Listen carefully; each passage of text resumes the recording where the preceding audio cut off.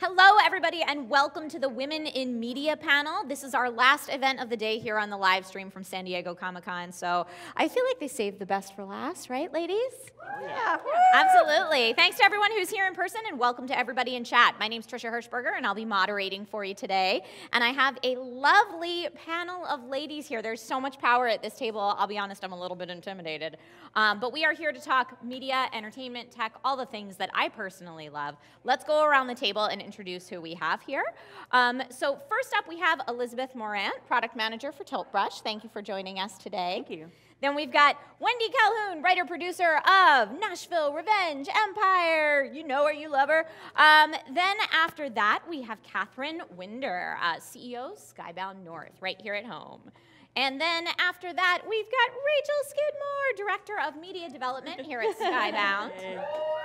Oh, lots of love for Rachel. The best. It's just the best. It's all. It's because of all the pins. You flared yourself out for Comic-Con, and that's appreciated. And then we've got Karishma Shah, Google X. Lovely. Thank you guys all so much for being here today. We are here specifically as a group of women that work in media, and I will throw it out to chat. If you have any questions for any of these ladies, please throw it in chat. I would love to take your questions as well. My name's Trisha Hershberger. I make internet videos. I do the YouTubes. I do the Twitch and stuff. And I talk a lot about video games, tech, and entertainment. So I feel right at home, and I'm super happy to be here. So ladies, I want to start off by asking, what are you working on currently that you're excited about? Go ahead, Christian. I will take it. Last I worked on was a robotics project, but we work on a bunch of different projects at X. A little framework that we use to think about the projects that we work on is something that kind of encompasses three things. So one is a global problem, something that affects millions or even billions of people in the world. And then a radical solution to that problem, so something that's more 10x versus 10%, little sci-fi, little impossible feeling. And then the most important thing we work on at X, which is the R&D lab, used to be a part of Google, is this breakthrough technology or science that we think if we solve it pretty soon, that radical solution that seems really impossible might be possible in the next 5 to 10 years. Very cool. I don't know how to follow that up. So I'm super excited. We're taking a project called Delusion, which is it's been a live-action theater experience for the past 5 years in LA. It's a horror fantasy story from John Braver, and we're taking that into VR. So we're telling that story in 360, meaning we're adding new characters, and we're figuring out how to make something super dynamic in 360 and with light interactivity. Very cool. Cool. And I'm taking a project from VR and adapting it into animation. It's a game called Giant Cop. It's one of Skybound's game, and that's a lot of fun because it's a hilarious character that hasn't really been dimensionalized yet, so we're giving him a personality and finding a whole world around him. So fun. Yeah. I am in this fantastic moment of time where I'm transitioning from being a writer that was on the staff of those great shows that you mentioned to actually creating my own shows. So thank you. I'm working with executive producer John Ridley and executive producer and star Regina King on a new miniseries for FX. So I'm in the process of writing the first hours of that, which has been incredible. And I'm also about to write something for broadcast that I can't really talk about, but gonna get back into my broadcast soap game and bring that with a created by credit this time. Very cool. Congratulations. Thank you. Thank you. Great. And I am working on the Google virtual reality team focused on making apps that enable people to be creative in VR. And in particular, I work on this product called Tiltbrush, which allows artists to paint and create in three-dimensional room scale space. And so what I'm really excited about is furthering this product to allow people, creatives, to make art and content that exists in immersive realities like VR and AR and whatever comes next. Now, Rachel was telling me that Tiltbrush was actually used to make a short recently that did really well. Is that correct? Oh man, Dear Angelica was my favorite thing that I saw created. Was it? Are you breaking my heart? No, that was not Tiltbrush. How is it not? Is it the technology of Tiltbrush? I'm like breaking everyone's hearts. So it's actually really interesting. So we're at this very beginning stages of VR, and what's emerged are different verticals that are really exciting. So gaming is obviously one, like film, that type of content, but also creativity.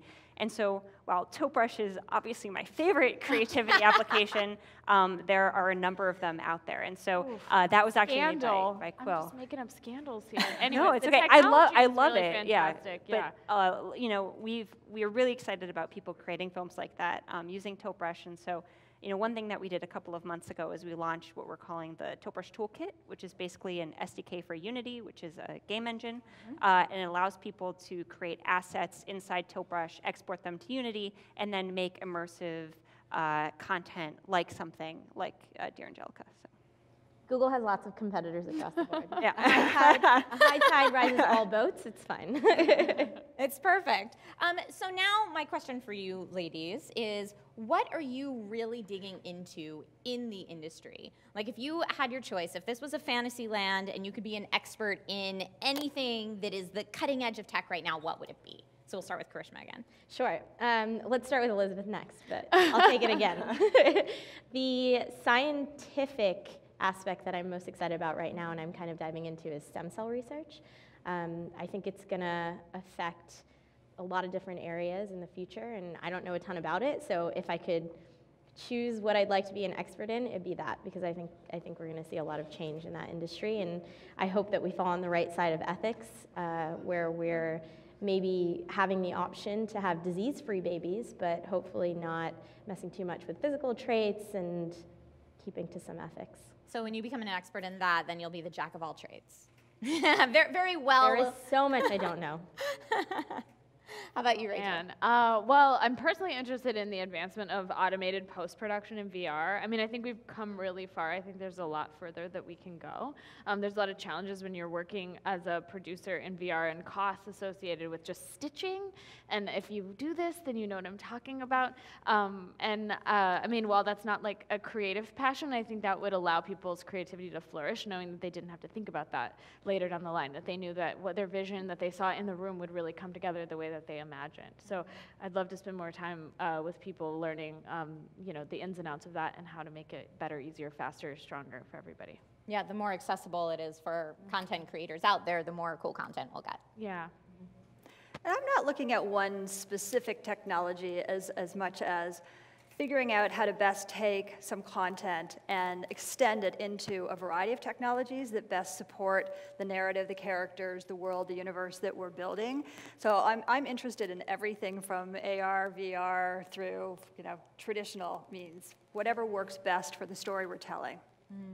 I'm pretty obsessed with virtual reality right now. I had the pleasure of writing and directing a film last year called Left Behind, which was sponsored by Google, and it really was to create a narrative virtual reality film, which is not done often, and really try to use that as an empathy machine. The idea behind the film is that we were going to create empathy for children or for people who are incarcerated and what it feels like to be a child left behind when a mother or a father goes to prison. Wow. And that piece of film is being used by Van Jones and being shown to different politicians around the country to create empathy, so that when they're writing these sort of policies for incarceration and prison reform, they're really thinking about, well, what are how many lives are impacted by such a thing? Wow. So that's where my head's at. How to use virtual reality to create empathy for different areas of our society that need to be looked at. And then also, I'm thinking about it in terms of my own shows that I'm creating.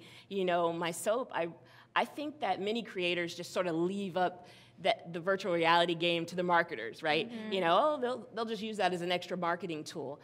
I like to think of the content as the beginning of it, and actually already be thinking about how we can use virtual to create extra feelings of world around the kinds of things I'm writing. That's cool. So do you think of VR more as a primary screen experience, or have you dabbled in the secondary screen experience applications of VR?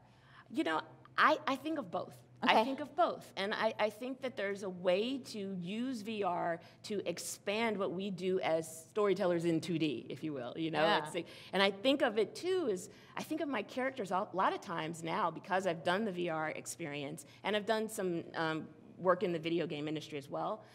I often think about my characters and put them in a first-person position. I think about what would it be like if that camera was really the lead. and put you really immersed into the story. And so when I'm writing it, that's a part of my brain that's going. I don't just think about it in 2D. I think about the entire world. That's very cool. Wow.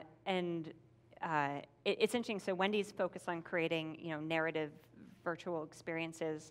What I'm excited about are design principles for interactive virtual experiences. So like, what does interaction design look like in virtual reality?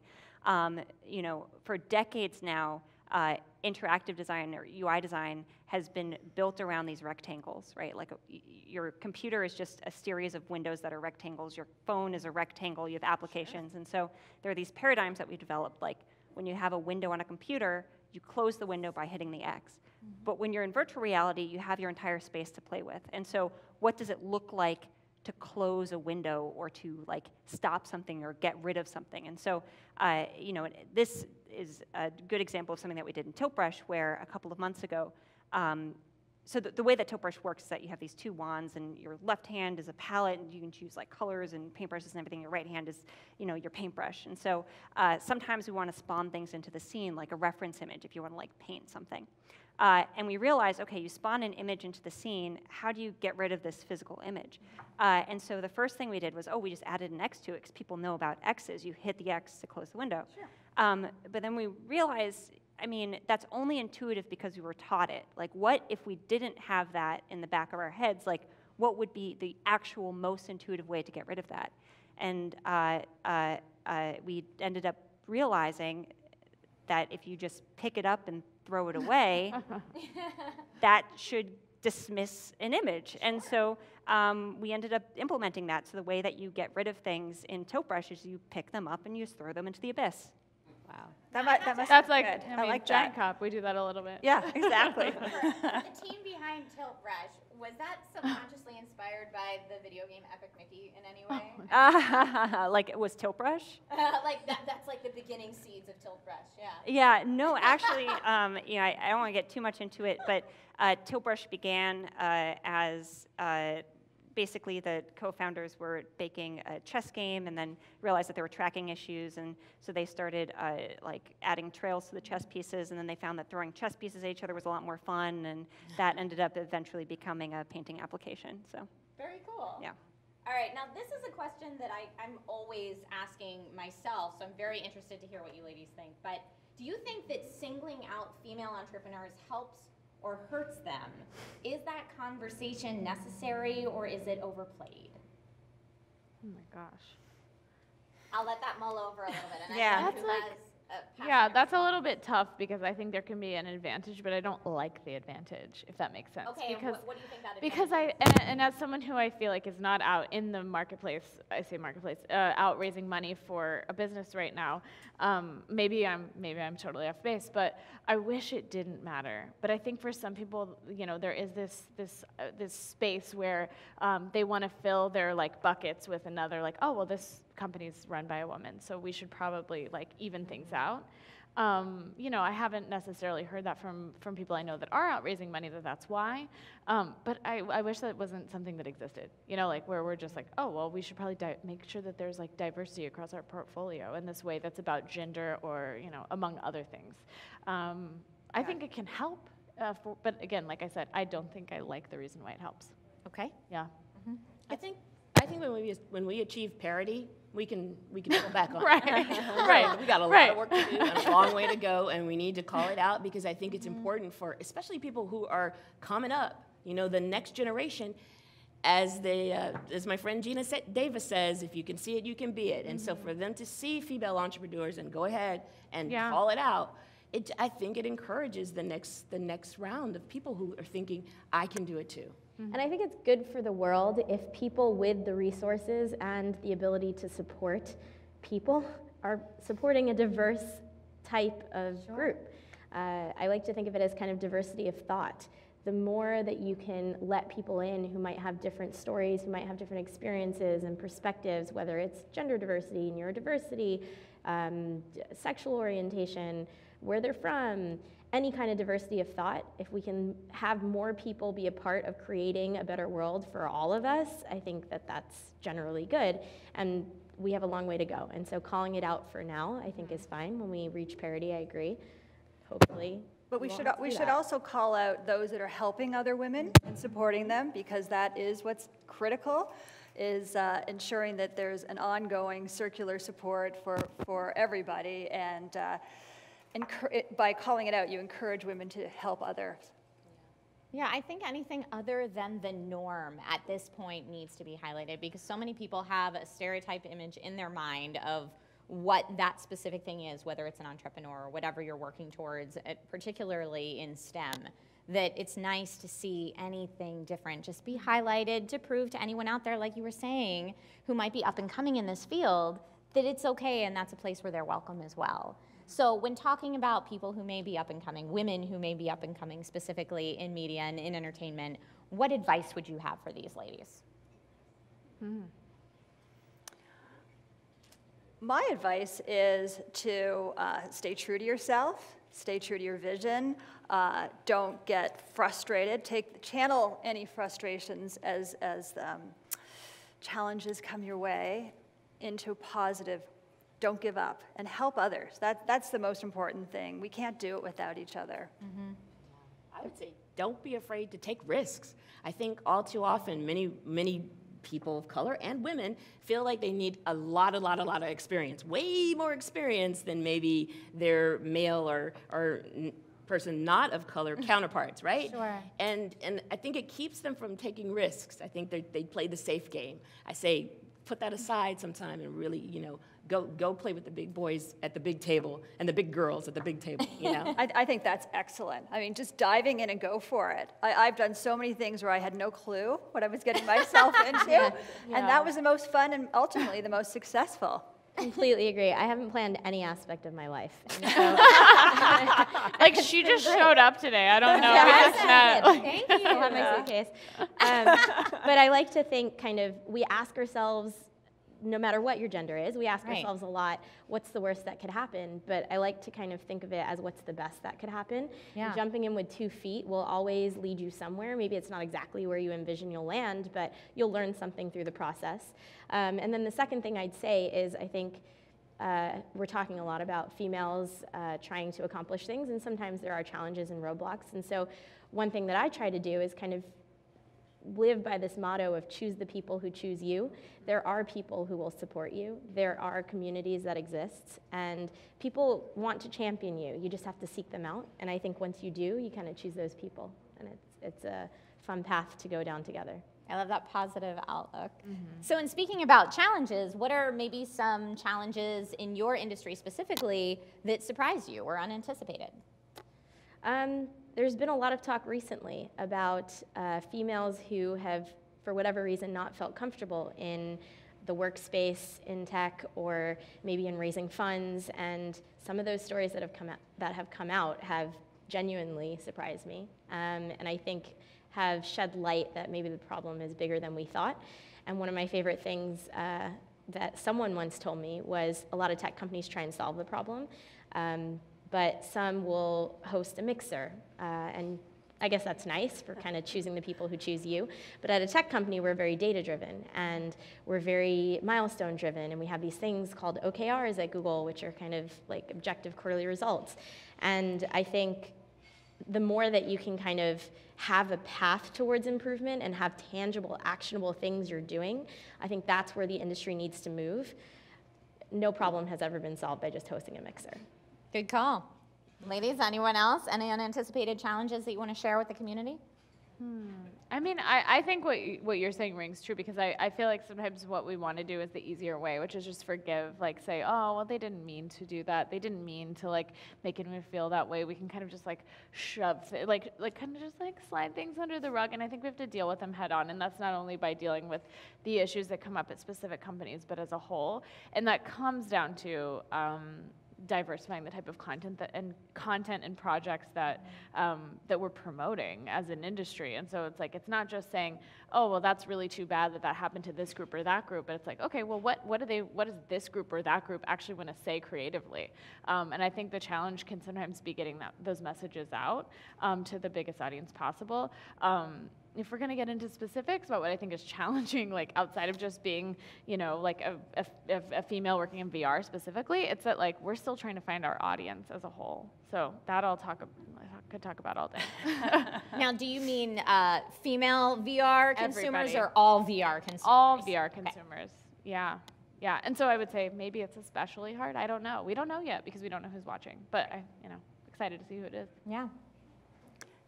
In the animation space, it's not a new problem, but the challenge we face is there's not a lot of female directors, creative visionaries. I think they're out there, but they haven't yet found their voice. And it's our job as executives to really help them find a way to make films, lead films.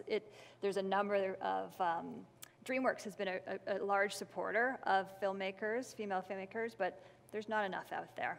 It's pretty thin. So I find it hard when I'm trying to discover that talent. I never cease to be amazed when writing stories how challenging it is to write against cliches and how much you have to fight when you want to go against the cliche. It never ends. So you have a role that's traditionally written for a man and you say, I want to write it for a woman, and you're going to have to fight for that. And you have a role that's traditionally written for a person that is not of color, and you say, why can't a person of color do that role? And I want to write it for that type of character and bring specifics to it. You have to fight for it. You get pushback again and again and again. And you would think that we're at a time and place where the entertainment industry would be embracing everything about diversity and gender parity and all of that. And yet, it's still a fight because the cliches are so strong. And our taste has been shaped by the last 100 years of entertainment, which was dominated by a particular voice. And so what I'm finding to be a challenge and what is really surprising to me is just how hard it is to keep pushing forward, to go down a different path. And you have to keep pushing forward. I mean, I think that those cliches are there and the people from the top down are pushing them, and why you have to fight so hard is because there's this assumption that the viewing public wants what the viewing public has always had. Right. And I personally don't think that's true. I think the public wants to see something different. I mean, am I crazy for saying that? No, the public proves it again and again and again by supporting films like Get Out, right? Which was not thought to be a big blockbuster when it was made for a dime. You know what I mean? So the public actually, in many ways, is leading the charge, and I really encourage audience members, you find something, you see something different, support it. Go to the theater and see it. Tweet about it, get the social media going on it, and show the people in charge, hey, we want more of that.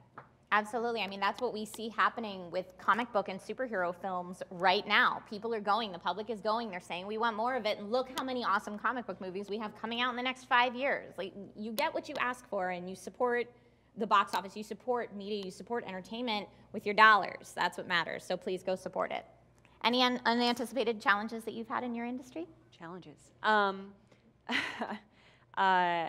would say that in product development, you try to build products for diverse audiences. And so similar to filmmaking, the people behind the camera largely dictate the taste of what's produced. And so I would say that my team is people who are gender balanced and come from a variety of backgrounds, and because of that, we've been able to build a product that appeals to a large audience. And just like we're trying to make a product for artists, so we try to pull artists in and work with them and figure out what they want. And so I think that in product development in general, it's important to listen to your audience and build for them. Now, I think a lot of the people in our audience right now are probably looking at this table and thinking, wow, what awesome role models. Now, I ask you, who were your role models when you were just getting into the industry? I was an intern at Google for a summer before I actually joined full-time. This is in 2011. And my VP at that time of new business development was Megan Smith. And she, formerly with the Obama administration, was just CTO of the White House. But when I was given my full-time offer, I said, I'll come back to Google, but I have to work on your team. And so I came back to Google. She ended up at X, and that's kind of how I got roped in. But she wasn't just a mentor. She wasn't just a role model. She was my sponsor. She was the person that when I hit challenges would stand in front of me and say, you're going to do this because you have yet to realize why she is the perfect person for this. And she put her neck on the line, and I'm really grateful. The other thing I kind of learned just from observing how she acts, as CTO of the White House, she was kind of bringing together the whole nation, and obviously there were challenges at times because there were many different opinions. And one thing that she really exudes as a value is no one is superior, inferior to anyone. She was at X because she was always of the mindset that ideas can come from anywhere, and it could be an innovative idea. It could come from anyone, and that's, I think, something I really admire about her. Awesome. Yeah. I have to say, a role model for me is more, I don't think of him as a role model as much as I think of him as an angel for me. And what's amazing is this person I'm going to name out loud, I'm going to shout out, is a white male. And I'm going to put it like that because I do believe that often we have these conversations and it becomes an echo chamber. We're speaking to, we're preaching to the choir, if you will. Mm-hmm. But we know that in order for the change that we need to make to come, it has to be all of us working together.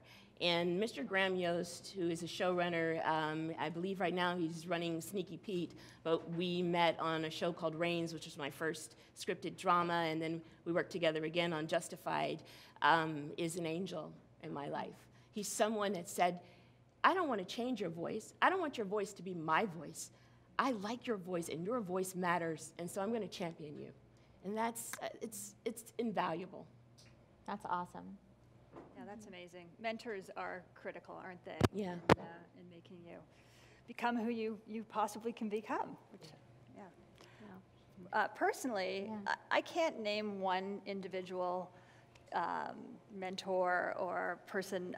There's been many, and as women and men, we're multifaceted. And I look to women and men and take from them and admire them and learn from them, various different people, and it's evolved throughout my career, which is multifaceted, like the many people that I've met and observed and admired. Yeah.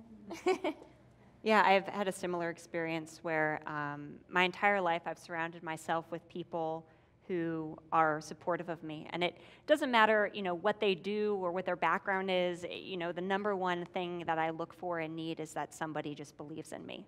And so, it started with my parents. They let me play video games as a kid and supported my pursuit of using a computer and then realizing that I could build my own video games, and then helping me pursue, neither of them were software engineers, but they helped me navigate as a kid, how to learn how to program. And then, cool. Yeah, they're really cool parents. Shout out to cool parents. Yeah. And then as I got older, I continued to surround myself with people who just, were really supportive. And so, another example, in high school, so I played the harp as a kid. That's so awesome. Cool. Yeah, I actually still play the harp, but I used to take classes. But my high school harp teacher was like, have you tried listening to podcasts? And I was like, what's a podcast?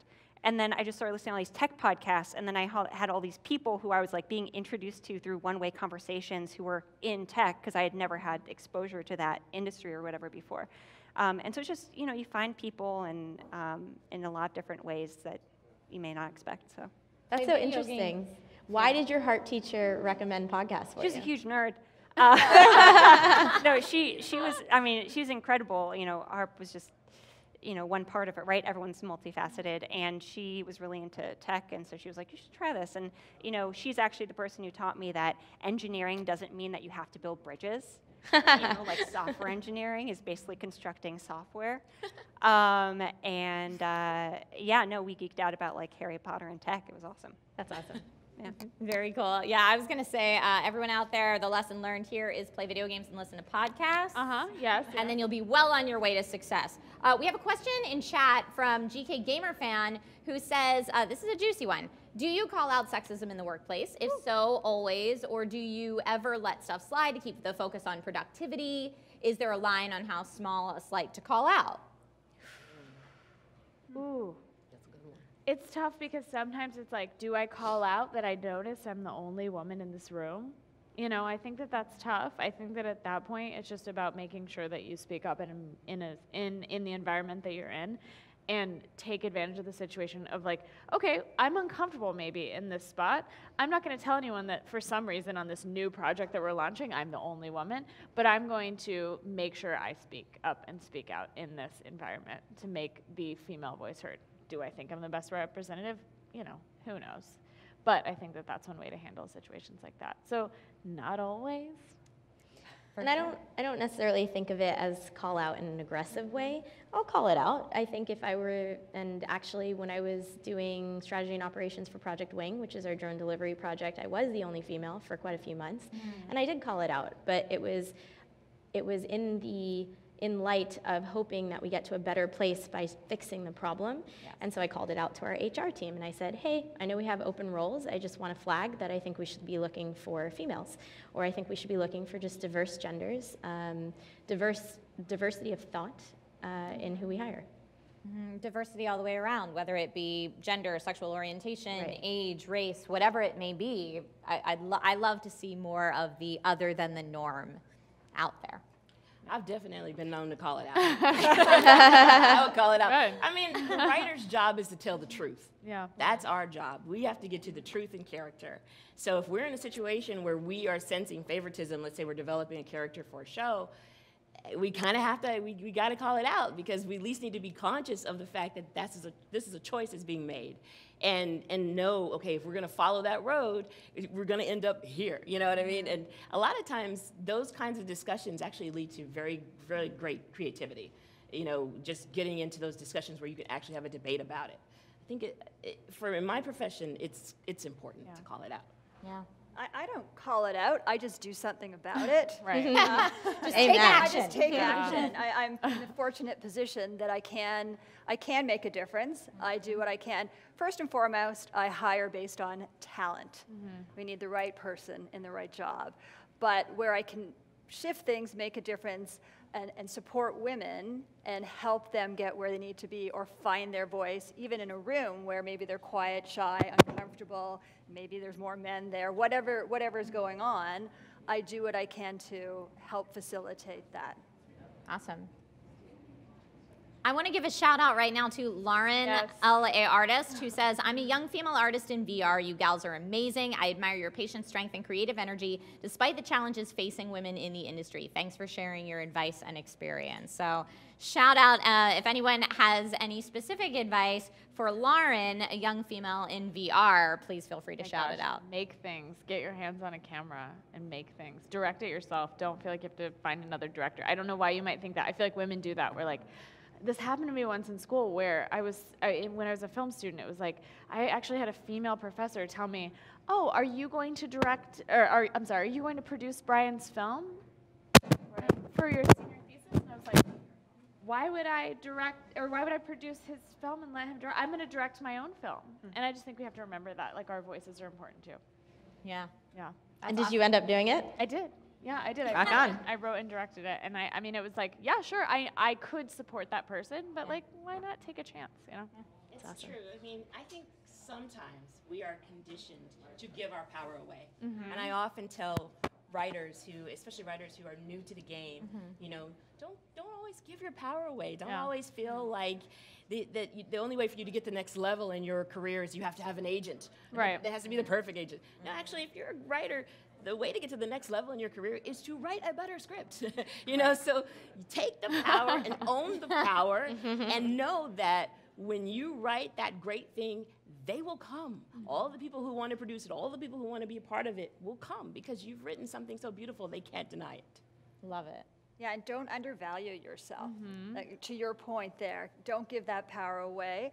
I've often, in hiring, found that women, not all the time, but there's a trend, undervalue and ask for less than men. And at times, when I'm in position and I see that happening, I may say, try me again. You know, I'll do what I can to encourage that they are not thinking of themselves as less. And it's really important that you do your research and figure out what's right and fair for whatever position or role you're going for. And why do you think that is, that certain people don't feel courageous enough or outspoken enough or entitled to ask? Years of training, I don't know. I think it's sort of to the point where your professors suggest that you should be supporting as opposed to leading. It's just the upbringing. I don't know. Ingrained in the culture. Ingrained in our culture, unfortunately. And again, we need to change it.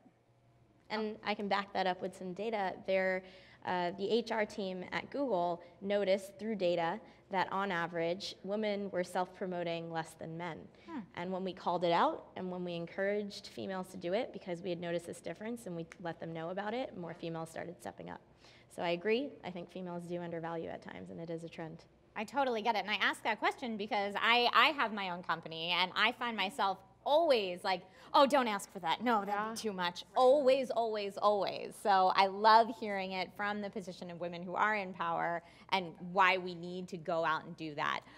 So I know that there's people upstairs that are going to ask a bunch of questions and that we're running out of time for today, but I do want to close things with asking you each to tell us what is the future for you? What are you working on next? What can the community out there look forward to specifically from you in your industry?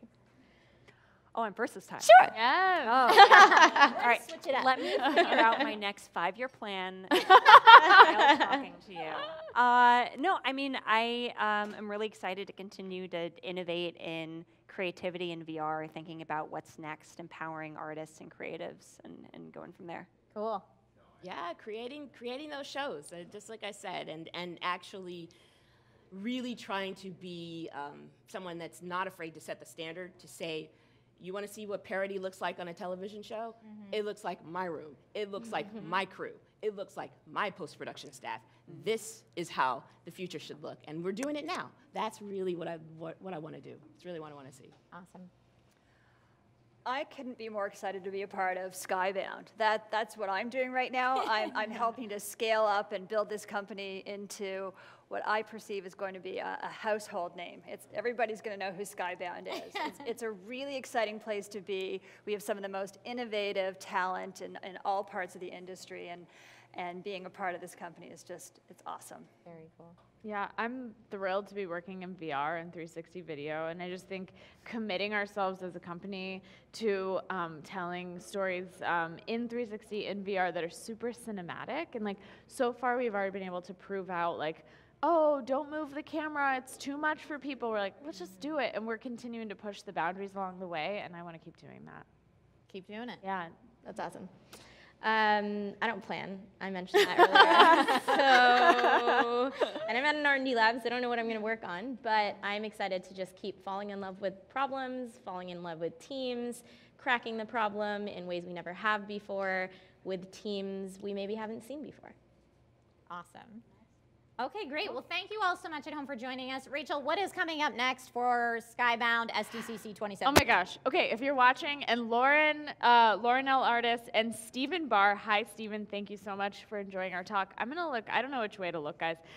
Tomorrow we're back at 11 a.m. with our live stream. In fact, Catherine is joining us again to talk about animation. If you tune in, we're also gonna have the Fear the Walking Dead cast here. Nice. It's gonna be a great time. We're playing Super Fight. Tune back in and send us a tweet or a comment here. Let us know what you thought. And thank you guys for joining. Thank Yeah. you. Thank you guys all so Bye. much. Come back here tomorrow at 11. Bye. Bye.